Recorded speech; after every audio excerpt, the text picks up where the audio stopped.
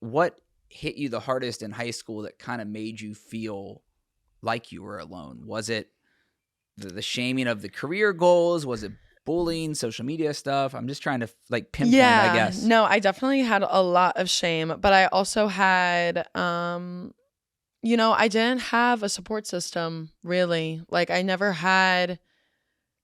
didn't have people that I felt safe around, and I didn't have stability in my life, and I was also just, I was in a lot of situations where, um, I was just put in a lot of situations where there was a lot of things said about me. And, not to say that all of them weren't true, but there were a lot of untrue things that were said about me. And I felt like I had no one to back me up. And I felt like no one believed me. And I was misused by men, honestly. Like, I was put in so many situations with men that ended up with me just, sorry, I did not expect, yeah, no, I just didn't have anyone to kind of believe me. So that sucked and it made me feel really alone on top of like everything else. So I feel like so much happened in 4 years there. But yeah, I just didn't have anyone on my side, and not to say I was perfect or anything, that I wasn't in the wrong, like, but I just felt really really alone. Can you look back to what your rock bottom was? Did you struggle with suicidal thoughts? Did you hit like what was that rock bottom like? Yeah, my rock bottom, well, okay, so the first time I went to the hospital was for suicide and like a bunch of a whole list of things. And the second time, like, yes, it was for that. Yeah, yeah, it was for the same thing, but it was also like my way of getting clean. My rock bottom, my rock bottom was me literally, I was doing things to myself and I had no regard for my family. I had no regard for myself. I was just at this place where I was honestly, my body was literally falling apart from how misused it was. And I was falling apart, and I started to not care as much about what I was doing and who I was hurting and if I was hurting myself. And I was starting to not think I had a future.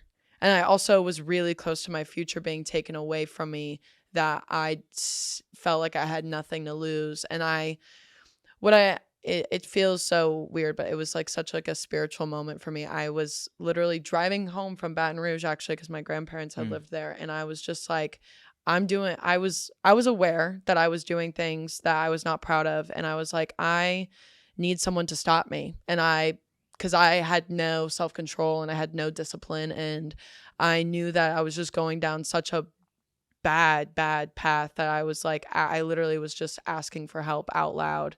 And then my mom is the one that clocked me, and like I finally had been checked for everything I had done, and it was all brought to light, and it was an entire thing, and I wanted to die. And then I got checked into a hospital for my last time, and then I got clean. And then I went to, and like that was kind of like my rock bottom. It was definitely not my proud.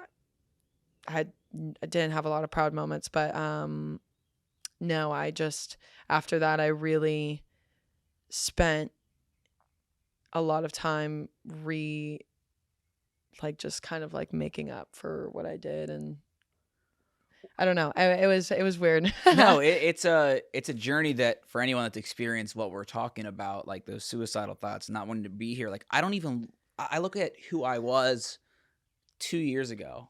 Oh my God, yeah. I don't even recognize that person. No, the person that she is not here anymore. That girl is so far away, and I'm glad. Yeah, it's a Like, good thing. Yeah. and like, not to say she wasn't a bad person. She just was not in a good environment and not a good headspace. Like, she never had malicious intents, but she just didn't treat herself, like, she just was not kind to herself, and she was not surrounded by good people that didn't really make her as kind.